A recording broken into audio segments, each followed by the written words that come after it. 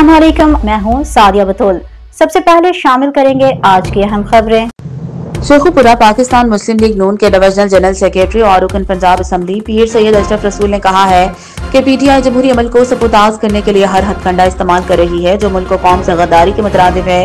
ये वक्त मुल्क की सलामती और तरक्की की हाजिर किरदार अदा करने का है। तमाम सियासी जमातों को अपनी जिम्मेदारी का एहसास करना होगा।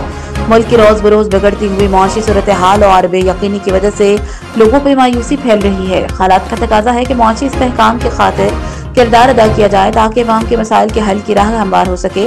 मुल्क कौम के हालात दिगर गूं हैं जिन्हें दुरुस्त करने का वाहिद रास्ता जमहूरी अमल का फरोग है। मौजूदा मुल्की मुआशी अबतर सूरत हाल के जिम्मेदार पीटीआई और इसका 3.5 साल नाकाम दौरे हुकूमत है। इस नाकाम तजर्बे ने अवाम का ज़हनी सुकून छीना और लोगों में मायूसी फैली। अगर मुल्क को अंधेरों से निकालना है तो फिर सियासी इंतशार से गुरेज बरतना होगा।